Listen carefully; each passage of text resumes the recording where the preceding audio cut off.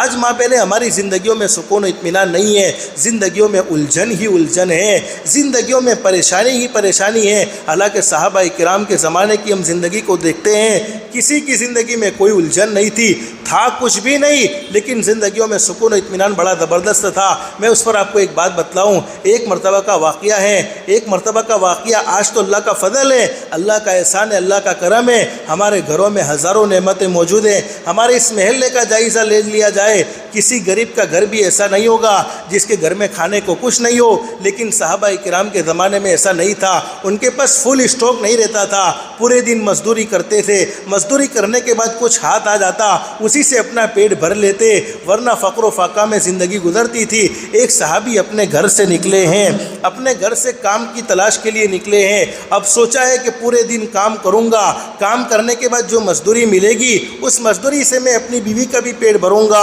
اپنا بھی پیٹ بھروں گا۔ صحابی نکلے ہیں لیکن پورا دن کام تلاش کرتے رہے، مزدوری تلاش کرتے رہے، لیکن کوئی کام ملا نہیں، کوئی مزدوری ملی نہیں، خالی ہاتھ گھر پر واپس آ گئے۔ اب وہ عورتیں بھی تو دیکھو کتنی زبردست عورتیں تھیں، رات کو بیوی نے دیکھا کہ آج میرے شوہر کے چہرے پر اداسی چھائی ہوئی ہے، اور ماں بہنیں حدیث شریف میں حضرت اقدس نبی کریم صلی اللہ علیہ وسلم کا ارشاد علی ہے، عورت اس کے شوہر کے لیے سکون و اطمینان کی چیز ہوتی ہے، سکون و اطمینان کی چیز ہوتی ہے۔ اب عورت سمجھ گئی ہے کہ آج میرے شوہر اداس ہے، پوچھا کیوں اداس ہو؟ وفادار عورت کبھی بھی اپنے شوہر کے غم کو برداشت نہیں کر سکتی ہے، پوچھا کیوں اداس ہو؟ کہا اللہ کی بندی پورے دن مزدوری تلاش کرتا رہا لیکن کوئی کام ملا نہیں، کام نہیں ملا تو کھانے کا بھی کوئی انتظام نہیں ہوا ہے، کھانے کا بھی کوئی انتظام نہیں ہوا ہے۔ اب صحابی نے جب یہ بات کہی، وہ عورت نے کیا خوبصورت جملہ کہا ہے، ارے میرے شوہر اس میں پریشان ہونے کی کیا ضرورت ہے، ارے اللہ نے آج بھوکا رکھا ہے تو بھوکے رہ جاتے ہیں،